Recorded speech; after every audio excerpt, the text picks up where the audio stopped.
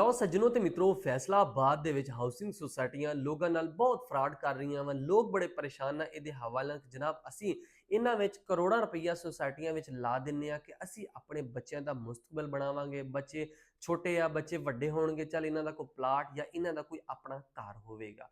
ਤੇ ਜਨਾਬ ਅੱਜ ਮੈਂ ਤੁਹਾਨੂੰ ਦੱਸਦਾ ਵਾਂ ਉਹ ਸੁਸਾਇਟੀਆਂ ਜਿਹੜੀਆਂ ਕਿ ਇਲੀਗਲ ਵਾ, ਜਿਹੜੀਆਂ ਕਿ ਐਫਡੀਏ ਨੇ ਬਕਾਇਦਾ ਦੱਸਿਆ ਗਿਆ ਇਹਨਾਂ ਵਿੱਚ ਤੁਸੀਂ ਆਪਣਾ ਪੈਸਾ ਇਨਵੈਸਟਮੈਂਟ ਨਹੀਂ ਕਰਨਾ, ਕਿਉਂਕਿ ਇਹਨਾਂ ਨੂੰ ਐਫਡੀਏ ਨੇ ਇਲੀਗਲ ਕਰਾਰ ਦਿੱਤਾ ਗਿਆ ਵਾ। ਤੇ ਕਿਹੜੀਆਂ-ਕਿਹੜੀਆਂ ਸੁਸਾਇਟੀਆਂ ਵਿੱਚ ਜਨਾਬ ਮੈਂ ਅੱਜ ਤੁਹਾਨੂੰ ਸਾਰਾ ਦੱਸਦਾ ਜਾਵਾਂ।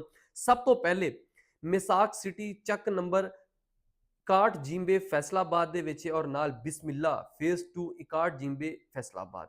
अजाफी आबादिया Jalal town Chak number 217 RB Faisalabad. Al Fajar block Chak number 217 RB Faisalabad. Saeed villas Chak number 61 JB Faisalabad.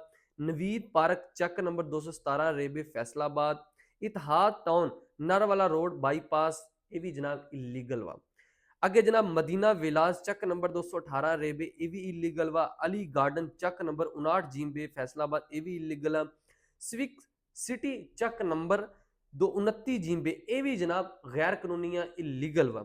ते अगे जनाब अल असद गार्डन डिफेंस व्यू चक नंबर 58 जिम्बे नरवाला रोड, ये भी जनाब इलीगल वा।